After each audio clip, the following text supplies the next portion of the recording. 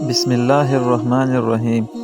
آدم علیہ السلام کو جب جنت سے راندہ درگاہ کیا گیا، جنت سے نکالا گیا، زمین پہ اتارا گیا، تو لکھا یہ ہے کہ آدم علیہ السلام جو وہاں سے چلنے لگے ہیں تو انہوں نے وہاں سے وہ حجر اسود کو اٹھا لیا۔ حجر اسود کو بطور موڑے کے یعنی بیٹھنے کے لیے ایک سیٹ کی طور پر حجر اسود کو بال میں لے لیا اور زمین پہ اتار دیے گئے۔ اور دوسری روایت میں آتا ہے کہ جس رات میں آدم علیہ السلام کو آسمان سے زمین پر اتارا گیا تو اس رات میں آدم علیہ السلام بڑے وحشت محسوس کر رہے تھے، بڑے مایوس، اور پوری اس دنیا کے خوکے عالم میں اکیلے رات کو بیٹھے ہیں، اور بڑی ایک مایوسی اور وحشت طاری ہے۔ اسی رات میں اللہ تبارک و تعالیٰ نے جنت کے دو جواہر یعنی ایک حجر اسود اور دوسری مقام ابراہیم، یہ دو پتھر اللہ تبارک و تعالیٰ نے اس رات میں آدم علیہ السلام کے ساتھ اتار دیے۔ جب صبح کی روشنی پھیلی ہے تو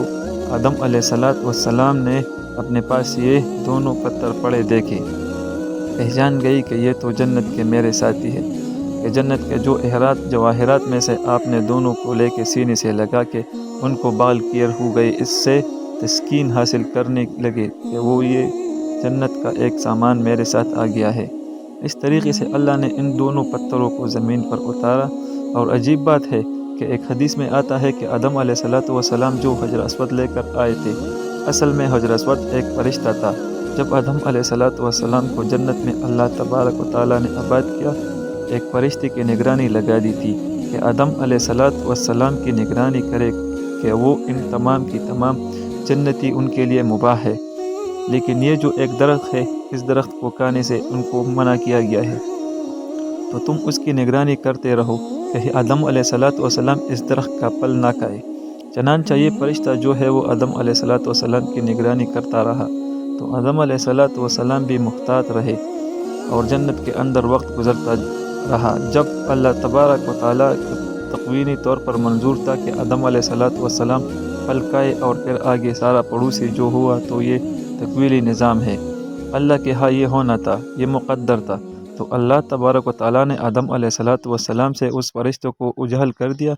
یعنی آدم علیہ السلام کو فرشتہ دائیں بائیں کہیں نظر نہیں آیا۔ تو جب یہ آدم علیہ السلام کو پھل کھانے کا موقع آیا تو انہوں نے آگے بڑھ کر اس پھل کو کھا لیا۔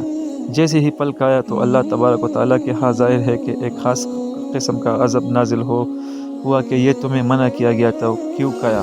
تو اسی ہیبت اور دبدبے کے عالم میں اللہ تبارک و تعالیٰ نے اس فرشتے کی طرف دیکھا۔ جب اس ہیبت کے عالم میں اسے فرشتے کو دیکھا ہے تو فرشتہ خوف سے پتھر بن گیا اور وہ حجر اسود کی شکل کے اندر قائم ہو گیا۔ اور جس کو آدم علیہ السلام زمین پہ لائے، اس کی تائید ایک دوسری صحیح حدیث یہ ہوتی ہے کہ نبی کریم صلی اللہ علیہ وسلم فرماتے ہیں کہ کل روز قیامت میں جب حجر اسود میدان حشر میں آئے گا تو اس کی دکان ہوں گی، اس کی دو آنکھیں ہوں گی، اس کی زبان ہوگی، باقاعدہ ہاتھ ہوں گے،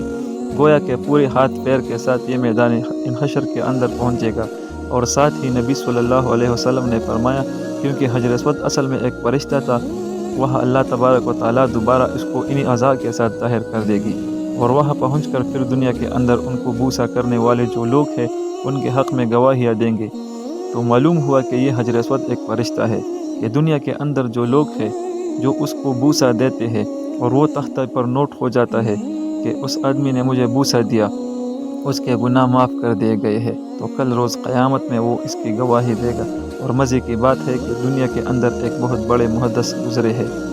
وہ یہ کہتے ہیں کہ میں مکہ کے اندر حرم میں حجر اسود کے قریب کعبہ کے قریب ایک عرصہ تک رہا، تو میں نے ایک مرتبہ عجیب منظر دیکھا کہ یہ حجر اسود وہاں سے نکلا حجر، اور اس کے دونوں ہاتھ تھے، پیر تھے، اس کے کان، اور پوری ایک انسانی شکل میں نکلتا ہے۔ وہ نکلا اور کافی دور تک ٹہلتا ہوا اور دوبارہ وہ اسی جگہ قائم ہو گیا اور اسی طرح پتھر کی شکل اختیار کر دی۔ اس روایت سے تائید ہو گئی ہے کہ جو اس بہت بڑے محدث نے یہ نظارہ دیکھا تو معلوم ہوا ہے، حدیث میں آتا ہے کہ جب حجر اسود کو کوئی حج یا عمرہ کرنے والا بوسا دیتا ہے تو حقیقت میں وہ اللہ سے مصافحہ کرتا ہے، اللہ سے سلام کرتا ہے، تو سلام کرنے کے نتیجے میں اللہ تبارک و تعالیٰ اس کے سارے گناہوں کو معاف کر دیتے ہیں، جیسے خود دو ایمان والے جب آپس میں ایک دوسرے سے مصافحہ کرتے ہیں۔ حدیث میں آتا ہے کہ ان دونوں کے الگ ہونے سے پہلے، ان کے مصافحے الگ ہونے سے پہلے اللہ گناہ معاف کر دیتا ہے۔ تو وہ حجر اسود کو مصافحہ گویا کہ اللہ سے مصافحہ ہے، تو اللہ سے مصافحہ اور گناہ معاف نہ ہو، یہ کیسے ہو سکتا ہے؟ اس سے اللہ تبارک و تعالیٰ گناہوں کو معاف کر دیتے ہیں۔ تو یہ حجر اسود یہ وہ فرشتہ ہے کہ جو ہر بوسہ دینے والے کی تفصیلات کو نوٹ کر لیتا ہے۔ تو اللہ سے دعا ہے کہ اللہ تبارک و تعالیٰ ہمیں حجر اسود کا سلام اور اس کا بوسہ لینے کی سعادت نصیب فرمائے، آمین۔ لیکن اس میں شریعت کا مسئلہ لکھا ہے کہ اس کے لیے آپ کسی دوسرے کو تکلیف دے کر اس کا بوسہ نہ لیں۔ تکلیف دے کر بوسہ لیں گے تو ظاہر ہے یہ بوسہ لینا ایک مستحب عمل ہے، لیکن تکلیف دینا حرام ہے۔ حرام کام کر کے ایک مستحب حاصل کریں گے، اللہ تبارک و تعالیٰ کے آگے اس کی کوئی قیمت نہیں۔ اگر نہیں موقع تو دور سے استلام کر لے، استلام کر کے چوم لے تو آپ کو وہی اجر ملے گا جو کہ بوسہ دینے کے موقع پر ملتا ہے۔ اللہ سے دعا ہے کہ اللہ تبارک و تعالیٰ اس پر عمل کرنے کی توفیق عطا فرمائے۔